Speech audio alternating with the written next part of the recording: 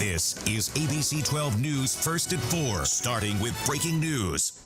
And that breaking news takes us to the campus of Central Michigan University, where 2 people are dead in a shooting. A 19-year-old is accused of pulling the trigger, and that 19-year-old is still on the run. And we've been watching live a press conference there on the campus of Central Michigan University.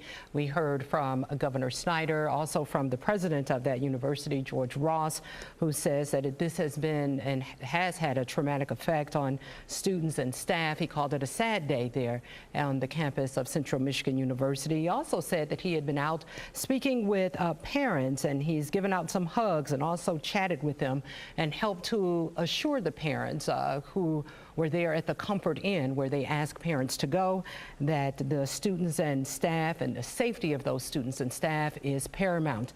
Now, law enforcement say they are still looking for the shooter. He is 19 years old. His name is James Eric Davis Jr., and he's a black male, about 5'9", and he was last seen wearing mustard yellow jeans and a dark blue hoodie. Police are still actively looking for the shooter at this hour. We're going to go now to Ann Perrett. And there is still a heavy police presence there at Campbell Hall in the Tower complex where the shooting happened. And we know that students had been on lockdown most of the day. Some are still on lockdown, and they were told to shelter in place. But within the past hour, they did start to let some of those students out of their dorm rooms. And you talked to one of the students today, and I'm sure it was a frightening experience. But what did they have to share with you about being put on lockdown and this experience happening on their campus? Gun control and decreasing gun violence is just one of many issues lawmakers are grappling with in Congress. Joining us today, we focus in with Congressman Dan Kildee for a discussion on this issue and other topics of importance on Capitol Hill. And always a pleasure to have you in studio with us. Today, you would be in studio when we had yet another school shooting, this time in our own backyard. It was on the campus of Central Michigan University. And although this one appears to be domestic and something between the shooter and his parents, 2 people are left dead, and a 19-year-old had access to a firearm, and that's the issue there. So what are you doing as far as legislation that you support or sponsor to help put an end to gun violence?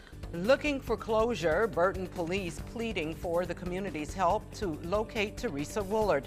She's a mother of 2, and she went missing 2 years ago today. All new at noon, our Ann Perrett joins us here in the studio, and she's learning new information about this cold case. Ann? Tire thief. A Mid-Michigan dealership is broken into over the weekend. Tires and wheels are stolen, but as Ann Perrett explains today, Sim Chevrolet is hopeful that the thief will be caught, and it's all thanks to their surveillance footage. And here at home, quite a lightning show over Bay City tonight. This is what it looked like from our Skycam as a storm rolled through about an hour ago. The chance of rain will linger into Friday. Meteorologist Brad Sugden is in tonight for J.R. Kurtek. And Brad, I'm sure that radar is probably looking pretty colorful tonight. Oh, it is. A special meeting is underway right now discussing the future of Fenton Township's fire chief and another firefighter. Now, both were placed on administrative leave last month, and just last week a sexual harassment and retaliation lawsuit was filed against the chief and township. ABC 12's Amy Hybels is live in Fenton Township sorting it all out for us. And Amy, I understand you have some new information for us tonight. 10 fingers and 10 toes. It's often a healthy reassurance for new parents who are welcoming a newborn. But things were a bit different for one Michigan family. Their daughter was born with a very special hand, and after a unique type of hand surgery, it's been music to their ears. Erica Foreman explains. Today, ABC 12 is partnering with the American Red Cross with a phone bank to raise money for hurricane relief. And Dawn, are the phones ringing in there?